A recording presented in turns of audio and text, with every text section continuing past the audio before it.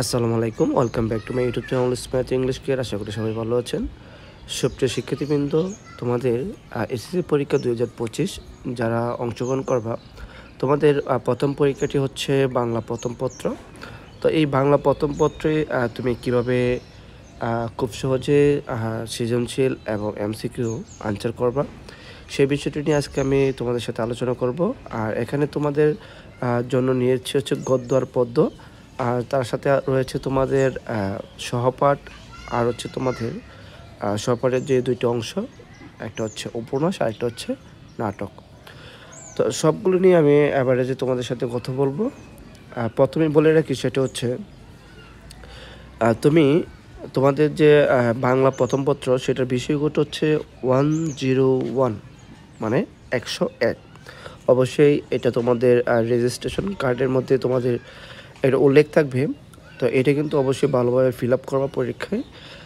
আর এখানে যে বিষয়টি তোমাদের সবচেয়ে বেশি ফোকাস করবো, সেটা হচ্ছে সৃজনশীল। ঠিক আছে, এই সৃজনশীলের ক্ষেত্রে তোমরা যে কাজটি করবা, সে গদ্য পদ্য থেকে তোমার দুইটা করে 4টা, সহপাঠ থেকে তোমাদের 2টা, মোট হচ্ছে 6টা। তাহলে তোমাদের আরেকটা প্রশ্ন বাকি থাকে, সেটা হচ্ছে যে তুমি যে কোনো অংশ থেকে তুমি দিতে পারো। তাহলে তোমাদের মোট হবে তোমাদের 7টা প্রশ্ন।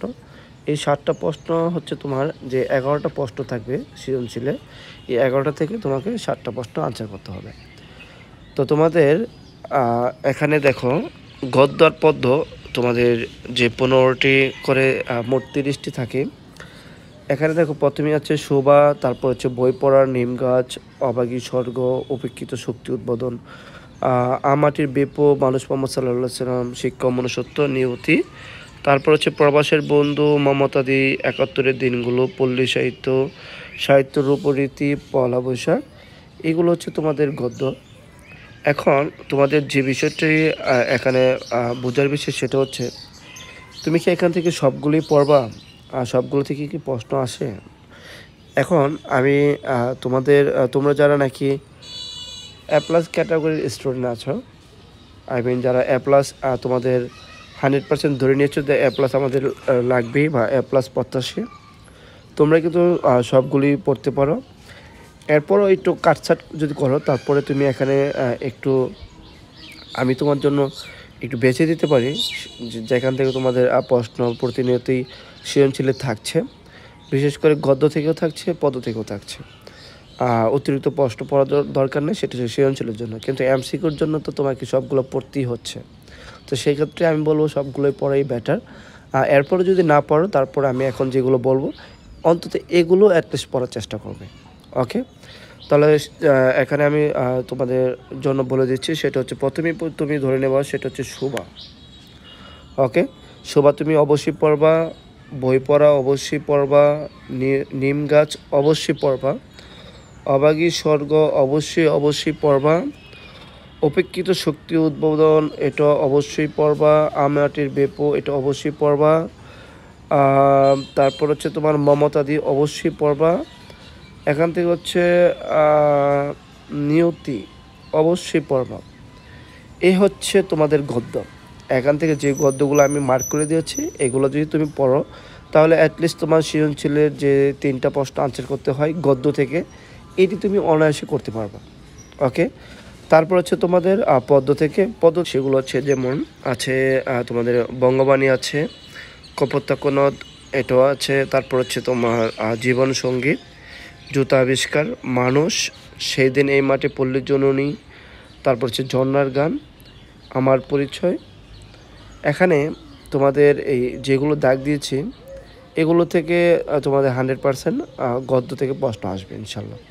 তো তোমরা একটু কষ্ট করো, একটু বইগুলো পড়ো, আর অবশ্যই গাইড বই থেকে মেইন বইটাকে প্রাধান্য দেবা বেশি।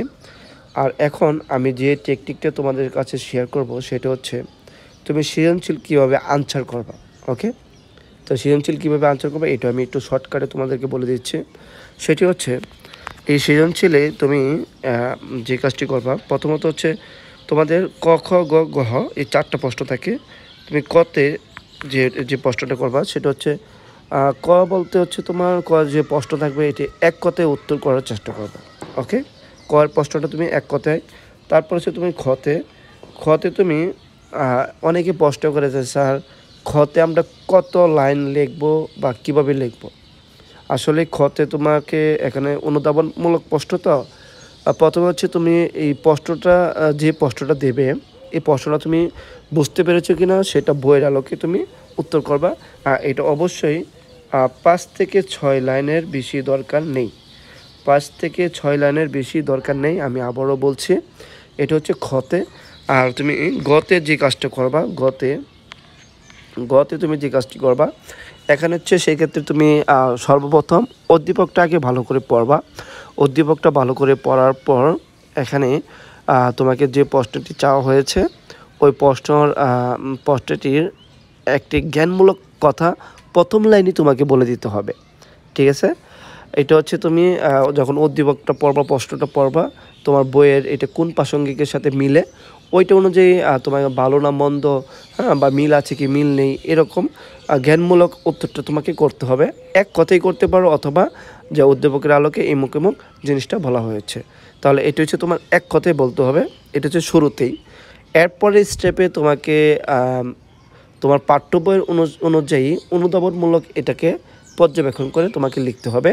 মানে তোমার বইয়ে এটা নিয়ে কিভাবে বলছে ওইটা অনুযায়ী তোমাকে এখানে লিখতে হবে। এটা লেখার পর তোমার 3 নম্বর ধাপে তুমি তোমার যে উদ্দীপকটা দেওয়া ছিল প্রশ্নে ওই উদ্দীপক অনুসারে তুমি এখানে একটু গুছিয়ে কথাটি লিখবা। আর অবশ্যই সেটা যাতে বইয়ের সাথে প্রাসঙ্গিক হয়। দেন তোমার ওভারেজ এখানে এটার ঘর আনসার হয়ে গেছে। এখন প্রশ্ন হচ্ছে এই ঘতে তুমি কত লাইন পর্যন্ত লিখবে, এটা হচ্ছে অনেকেরই প্রশ্ন। এটার প্রশ্নের উত্তরটা হচ্ছে আমি বলবো তুমি 12 থেকে 13টা লাইন লেখার চেষ্টা করবা। 12 থেকে 13, ঠিক আছে, 12 থেকে 13টা লাইন লেখার চেষ্টা করবা। এরপর হচ্ছে গহ, যেটা বড় গ, যেটা এটা হচ্ছে তোমার 4টা নাম্বার এই প্রশ্নটির জন্য। এটার জন্য সেম তোমাকে আগে উদ্দীপকটা ভালো করে পড়ে নিতে হবে। আর অবশ্যই এখানে প্রথমে প্রশ্ন অনুযায়ী তোমাকে আনসার করতে হবে। প্রশ্ন অনুযায়ী প্রথমে তোমাকে এক কথায় জ্ঞানমূলক একটা কথা প্রথম লাইনে তোমাকে লিখে দিতে হবে যে উপরের উদ্দীপকের আলোকে এটা যুক্তিসঙ্গত নাকি যুক্তিসঙ্গত নয়। এটি এক কথায় জ্ঞানমূলকের মতো করে তোমাকে লিখে দিতে হবে। তারপরে হচ্ছে তুমি এটার অনুধাবন লিখবা। তারপর হচ্ছে গড় অনুসারে প্রয়োগ লিখবা। এরপর হচ্ছে তুমি 4 নম্বরে এটার একটা তোমার একটা যুক্তি এখানে দাঁড় করাবা, এটা বিপক্ষে বা পক্ষে এরকম একটা যুক্তি দাঁড় করাবা। অবশ্যই সেটা তোমার পাঠ্য বইয়ের সাথে মিল রেখে এই কাজটি করবা। আর এটা হচ্ছে তোমার 15 থেকে 16 লাইন পর্যন্ত তোমরা এটা লিখবা, তাহলে তোমাদের এটার আনসার হয়ে যাচ্ছে। আর অবশ্যই একটু কাটাকাটি না করে সুন্দরভাবে লেখার চেষ্টা করবা। আর এমসিকিউগুলোর জন্য ভালো করার জন্য অবশ্যই তোমরা মেন বইটা ভালো করে আগে পড়ে নেবা। তারপর হচ্ছে বিগত বোর্ড প্রশ্নগুলো একটু ভালো করে দেখে নেবা, ঠিক আছে। আর হচ্ছে তোমাদের সৃজনশীলের বিভিন্ন বোর্ড কোশ্চেন অ্যানালাইসগুলো একটু ভালো করে দেখে নেবা।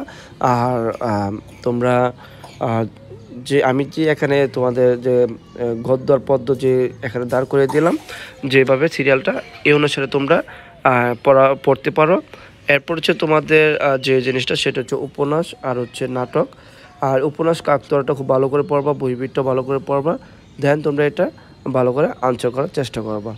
এই হচ্ছে তোমাদের এসএসসি বাংলার চূড়ান্ত সাজেশন। আর চেষ্টা করবা যে নিয়মগুলো বলেছি সেই নিয়মগুলো প্রয়োগ করার জন্য। আর অবশ্যই তোমরা ভালো একটা রেজাল্ট করো সেই প্রত্যাশাই থাকলো। আল্লাহ হাফেজ, সবাই ভালো থাকবে।